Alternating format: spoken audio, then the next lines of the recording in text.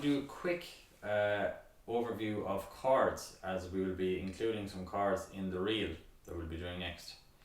So a chord is used quite commonly on the concertina. A chord is made up of 2 or 3 notes played at the one time, and it's usually made up of arpeggios. So for example, it might be a D, F sharp and an A, or a G, a B and a D. The thing about chords is it's really important not to overpower the melody. The chord is there to accompany the tune, and as I say, not to overpower it. So it's played very subtly, and it's to add to the harmonics of the melody. Okay, so in the next reel we're going to be looking at, it involves lots of chords, but the main chords we're going to look at are our D major chord. So our D major chord is made up of 3 notes. It's D, F sharp and A. The 3 of them played together.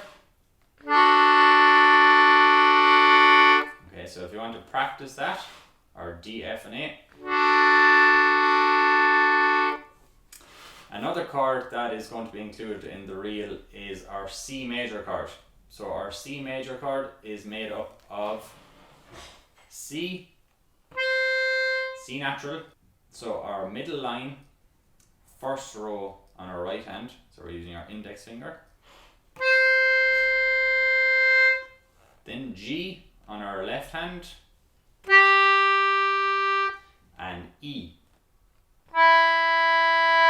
So the 3 of them played together sound like.